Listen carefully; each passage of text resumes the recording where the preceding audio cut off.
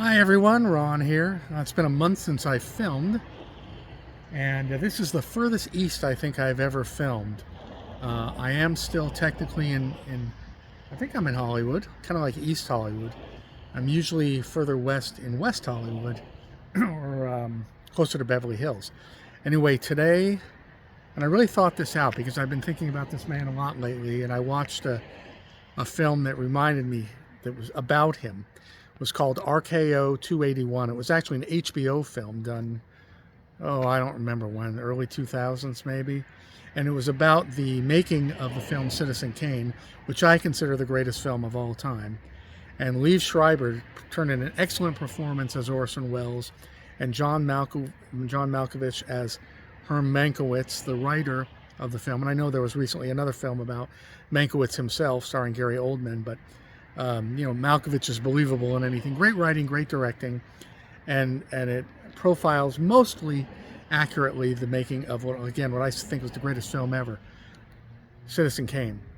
So today we're in the front of the house of Orson Welles, where he lived quite a long time, and I believe, pretty sure, he died in this home as well in 1985, only at the age of 70, but hard living will take you kind of early.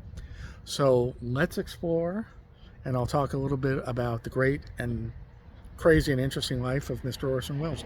George Orson Welles, real full name. So first of all, it's Christmas Day. Why am I not filming? Why am I not with everybody, with people? Although, as you can see, there's a lot of traffic, and a lot more traffic than I expected here on Christmas Day. But I'm sorry, I had to pause for a second. But now look at this. This is Hollywood Boulevard, by the way. So right at the corner, you have these two quite old apartment buildings. And then this one with the big kind of gothic black gate and the spears on top so nobody climbs over. Here you have this gorgeous, this looks like an apartment building. It used to be a house. Looks like they divided it up because what's that? 5 single car garages there. There's Hollywood Boulevard, but it's the residential part of Hollywood Boulevard, East Hollywood. Oh yeah, and look at this. They've divided this into several units. 1, 2, 3, 4, 5 addresses there. So that house has been divided up into several units. Here's the Hollywood Hills up there, going up into the Hollywood Hills. Of course, this house was built in 1921 when it was de shit. That's the technical phrase for it was really awesome. Then you have these beautiful old homes here. Here's the Welles house. I'm going to walk up and down the street and show you the other homes too. So let's talk about it. This is the house where Orson Welles lived. And we can't see much of it. They've got high hedges. We can understand. I don't see any cameras yet, which is surprising. But Welles did live here. Lived here with Rita Hayworth as well.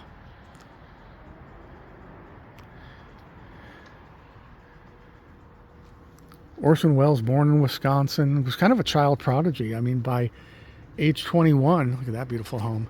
By age 21, he was already directing stage plays, and his real fame came when he, as part of the Mercury Theater, which he co-founded with another famous man, or soon-to-be famous, John Houseman. With the Mercury Theater, they did the radio play War of the Worlds, and people thought that the Martians were invading. It was serious. It made him a star. It made him like a superstar, actually. And Orson Welles was given a blanket 2-year contract from George Schaefer at RKO Productions. Unheard of at the time. He was allowed to, the trifecta, produce, actually more, produce, direct, and star in 2 films. He had approval of Final Cut, and no to little studio interference. The only time I can think of that happening again was Godfather 2, when they wanted Coppola to make the film so badly. Paramount did, Frank Mancuso, and he said, I'll only do it if I can do it any way I want, and paid a ton of money and was able to produce and direct and write it. Although he didn't star in it, he was not an actor. And Orson Welles actually starred in his first film, which was, as I said, Citizen Kane. So after War of the Worlds, Kane, well, we can't see much more of the house. Let's look at some other houses and we'll come back to it. Look at all this cacti. So after War of the Worlds, he was given that 2-picture deal, and the studio rejected the first 2 pictures that he wanted to make, and one of them was Heart of Darkness by Joseph Conrad, which was eventually used by, well, John Milius was interested. He based Apocalypse Now script on Heart of Darkness, and basically then Coppola used the Heart of Darkness idea, originally written by Joseph Conrad, to make Apocalypse Now. So loosely based on Heart of Darkness. Anyway, then the studio agreed to make Citizen Kane. I urge you all to watch, if you can find it, it's called RKO 281, an HBO movie from a long time ago, but it really details the making of Citizen Kane. And Herm Mankiewicz, who was starting to fall out of favor, had actually fallen out of favor because of his alcoholism, was a really renowned writer, but by that time he was falling out of favor. He, with Hollywood, and not unhireable, but his choices were getting limited. And he used to hang out at Hearst Castle at the invitation of William Randolph Hearst. And after he was banished, basically, from there, embittered, he got the idea to create the story with Orson's help, and we'll talk about that, based on, Citizen Kane, based on William Randolph Hearst. Marion Davies, his lover, who was known as Susan in the film, and they made her an opera singer rather than an actress. Anyway, so Wells, at 26 years old, the wonderkind, 26 years old, makes the greatest film of all time, Citizen Kane, with using unknown actors. People that had worked with him were working with him in the Mercury Theater. Joe Cotton became a star after that. So they're all unknowns. And, it was Wells's first film, and obviously his first leading role as Charles Foster Kane. He was amazing. And you couldn't believe it. They aged him from a 26-year-old to, like an 85-year-old during the course of the film. It spans several decades. It really is an epic. He used Greg Toland, the great cinematographer. And it's in black and white. The way it's shot is just unbelievable. The script is unbelievable. And even in the 21st century, I don't find it slow walking up a hill at all.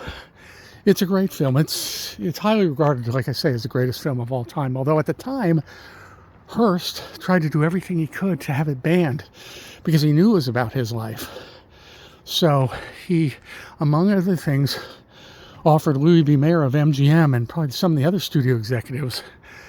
The rumor is that he was going to blackmail the studio executives. I mean, first, now this is what RKO 281, the fiction film says. First, Hearst threatened to expose the fact that all the heads of the studios were Jewish. Like, people didn't know that. So it made them nervous. And then apparently he used a blackmail file he had to all the studio executives of debauchery photographs going on with Hollywood stars, directors, writers at that time. And I won't go into detail, but I'm sure you can imagine sexual debauchery, drugs, stuff like that, orgies. And supposedly this, I'm not going to keep going up the hill, this convinced the studio bosses of the other studios to try to get George Schaefer of RKO to scrap the film. But they did release Citizen Kane, and want to see me breathing heavy? Oh, so anyway, they did release the film.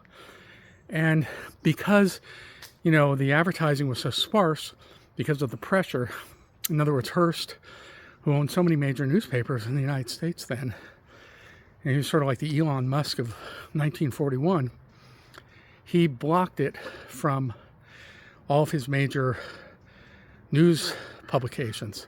So there wasn't a lot. It was a limited release. It didn't make any money. And basically, in 1942, the film was shelved. I mean, it had great critical acclaim, but it was not making money, and they basically tried to hide it. It really worked. Only later did it resurface as a classic, and I think Hearst died 10 years later in 51, and he was already losing his fortune by then anyway. His control was limited, but one man's control was very strong in the 1930s, 40s. Anyway,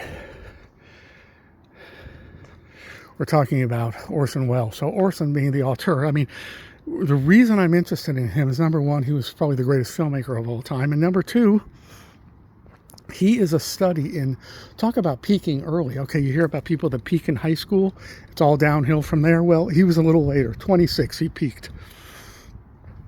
He did another film after Kane, which was called The Magnificent Ambersons, and Lady from Shanghai about 5 years later, but he never recaptured his fame. He never recaptured what was his first film, was his greatest film, in other words, by far. So he continued on with his career. His marriage ended around the time of his first marriage, around the time of Citizen Kane's release and filming. And he was infatuated for years already with the actress Dolores Del Rio, and was having a long-standing affair with her. And they only went public after she divorced her husband. And his incessant womanizing led in part to her leaving him and actually going back down to Mexico. I don't know if she stayed there or not, because I know that she also had a house in Beverly Hills, because I think I filmed it without Orson. So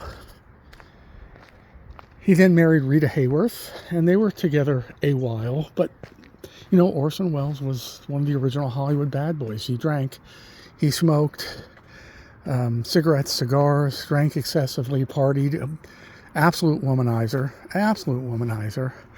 and, you know, had Rita Hayworth and Dolores Del Rio, beautiful women in his time, and a lot of other beautiful women he was involved with later in life. But already by the end of the 40s, you know, his because of genetics and his drinking and smoking and eating, he was already at 6 foot. He was about 250 pounds at the end of the 40s, and by 1960 forward, he stayed chronically morbidly obese. Before that was crash diets. So you can imagine, here is a man who had wealth and fame and the most beautiful women in the world in his 20s and in his 30s. And after that peak at age 26, he's losing his looks. His films aren't making money. He's grossly obese. And it was just, I guess it was a study in survival from then on. For decades, he would act in other people's films. He kind of made a little minor comeback in 1958 with the film Touch of Evil, which, you know, I watched once, but I found it very slow. I was not really able to get engrossed in it. And again, that's 17 years after Citizen Kane. So here's a man who had everything, and by 30, it was already almost gone. Now, I don't mean that wealth, fame, and beautiful women is all there is to live for, but when a man has experienced all that success, or what he deemed as great success, and then it goes away so quickly, must have been tough. And like I say, his weight, you know, he was very, very obese the rest of his life. I'm surprised he made it to 70, actually. And he died of a heart attack here. He had been filming a Merv Griffin episode the day before, or that same day actually, and working on a new project. And he, like I say, he was always throughout the decades acting in other people's films. Here's the home again. Working in other people's films, hoping to raise money for new projects, really bad films, TV films. I remember he did a TV commercial. What was that one? I can't remember it. He had a private booth where he'd come with his little dog at Mame Son restaurant in Beverly Hills, which has been gone for a long time. But I used to work near there. I think it was on Beverly near Santa Monica or Wilshire. And he would dine there in his private table, you know, and sometimes host friends from Hollywood there. So yes, it was a slow descent. He didn't dissolve into obscurity where nobody saw him, or he didn't leave his house, or drug or alcohol complete addiction. It was never that bad. He was just a very large, gruff man who had made probably the greatest film in history and never was able to repeat its success, but he still had his circle of friends, and he worked in the business, and he was always writing and directing and always trying to make the next great American film, but it just never really happened. So it's a story in great success and a story in, I guess, failure. I don't know what you want to call it. But he lived a larger than life, and he was larger than life, physically and in every and metaphorically. So speaking. So yeah, that was the life of Orson Welles. In fact, his chauffeur found him here at the home the morning of his death. He was cremated, but there was a ceremony. And if you love film, if you like film, watch Citizen Kane. I mean, find Citizen Kane and watch it. Yes, it's antiquated, especially for those of you who are 25 years old, or younger. I don't think I have many of those followers, but it's an old film. It's from 1941, long decades before I was born, decades before any of us were born, more than likely. They're watching now, but it is, like I say, it's just, if you want to be absorbed in a great film, in art, it was true art. It was like Michelangelo painting the Sistine Chapel, true art. And there are other great films out there, the Godfather films, some of the Scorsese films, some of Spielberg's films. And Spielberg is the only one I can think of. Jaws is a classic. Rosemary's Baby, to me, is a perfect film. Back to the Future, to me, is a perfect film from 1985. Spielberg is the only one I can think of who retained, he's one almost flop in Spielberg's career, really, and that was his third film.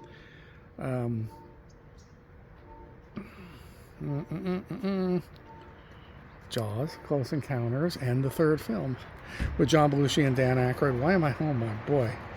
I've been speaking so long about Orson Welles, I've forgotten the name of it. 1941, coincidentally, the year Citizen Kane came out. But, for a filmmaker to retain that longevity, like I said, Orson Welles here was the opposite. One great film in 1941, and for the next 44 years, it wasn't happening to the same degree, but he was still highly respected and honored and won lots of awards, and I think rightfully so. So, from the Welles house, the former Orson Welles home, it's Ron signing out. Christmas Day, I love filming for you guys, that's why I'm here, and I like coming out on the holidays because, like I did on Thanksgiving, because there's typically a lot less traffic, but boy, from Fairfax, where the freeway is, the 10 freeway, Interstate 10, also known as the Santa Monica Freeway, Fairfax, there's a 5-mile stretch up to here where I am now. And it's, old apartments, bars on the windows, some sketchy neighborhoods, until you get into Hollywood proper, past Wilshire, Sunset Boulevard, Hollywood Boulevard. And there was traffic. There's a lot of people. You can hear the traffic behind me on Hollywood Boulevard. So, all right, guys, Ron signing out, and I will talk to you again soon. If you haven't already subscribed, please do so. And also, please give the channel, please give this video and any of the videos, the vlogs on this channel likes, because that, ups me? That's not a word. That helps me with the algorithm of YouTube. And also, feel free to comment. All right, guys, Ron signing out. See you at the next location. Bye-bye.